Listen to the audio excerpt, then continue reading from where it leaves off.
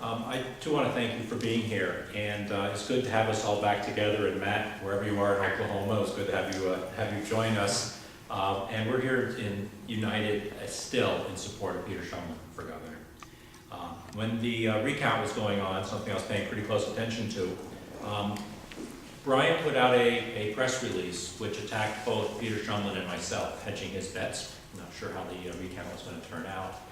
And the stuff he said about Peter was pretty negative, but the stuff he said about me I knew pretty well, and all 3 points he made about me were quite frankly lies. They were beyond distortions. They were simply misstatements of my positions. And that tone that he started even during the recount before he knew for sure who his opponent was going to be has definitely continued through this whole campaign. And this is a guy who a couple of weeks ago said that he was going to stop the negative advertising. And you look at his latest ad, it's like a compilation of the worst charges that he's been making against Peter Shumlin throughout this campaign. It's about character assassination. And we've watched this happen in other parts of the country where candidates who don't have too much to say and don't have too much to offer decide the best way they're going to get elected is to denigrate their opponent. And that's what's going on in this campaign. And I think it's kind of sad for Vermont. And I think it's kind of sad for Brian Dubie, too. And Brian, if you've noticed what we've all said about him, we were all saying through the summer, is Brian's a good guy. And Peter was saying, Brian's a friend of mine. We work well together. We disagree, and but that's okay. That's what politics should be about. And that Brian Dubie has disappeared from Vermont.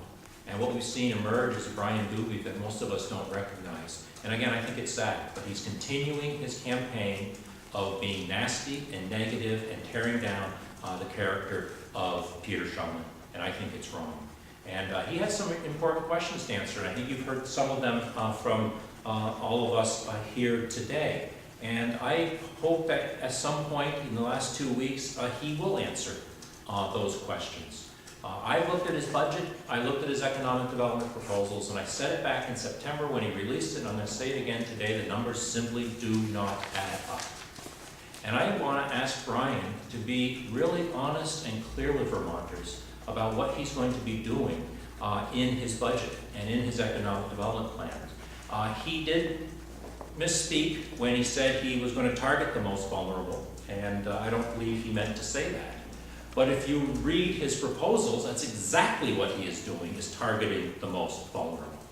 In his effort to give a huge tax cut to the 1,400 wealthiest Vermonters, a $250 million tax cut for these folks making over $370,000 a year, he is targeting the most vulnerable.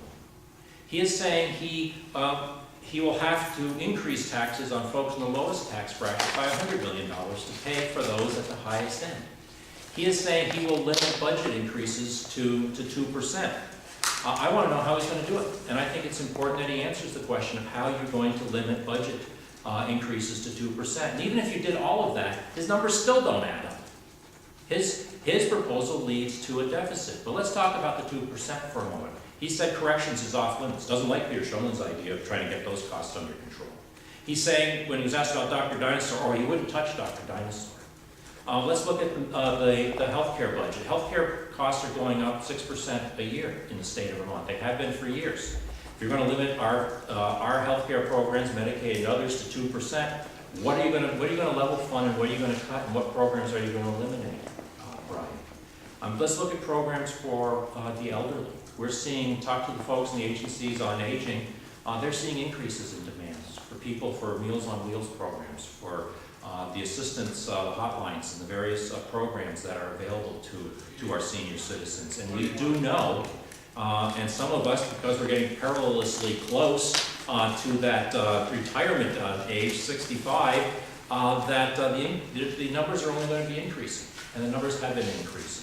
So if he's going to limit budget increases to overall 2%, then something's got to give. Is it going to be our elderly? Is it going to be people with disabilities? Is it going to be kids? Is it going to be the elderly who are looking for help with prescription drugs, as Susan pointed out? Brian, the question is, what are you going to do? So my questions for Brian are really quite simple. Who are the most vulnerable in your mind, Brian? And who are those who are receiving services who do not think are vulnerable? Tell us what programs what human services programs you are going to cut and who is going to be affected. And in conjunction with that, how much pain and suffering, Brian, are you willing to inflict on those Vermonters who are relying on a little bit of assistance to pay for your tax cuts for the wealthiest Vermonters, who, by the way, are not asking for those tax cuts? So in the second question I have is, what kind of economic theory do you subscribe to when your proposals sound an awful lot like the failed trickle-down economics, which have been tried and which have been discredited over the years? Do you, Brian, honestly believe that by giving the wealthiest Vermonters a big tax cut, that the economy is going to get a boost? Tell us if that's what you believe and how that is going to happen, because that's economic theory that no economist in this country subscribes to these days. So, Brian, it's time to talk about the real issues, and whether it's choice, whether it's education, whether it's healthcare proposals, or whether it's your budget. Stop hiding behind your nasty negative attack ads which are only about character, and start talking to Vermonters about your vision for this state. And I think the reason he's not doing that is his vision is one which is a very negative vision, a vision that will hurt this state and will really destroy what we've had for so many years in Vermont, which is a strong sense of community and caring, where Vermonters look out for each other. Thank you.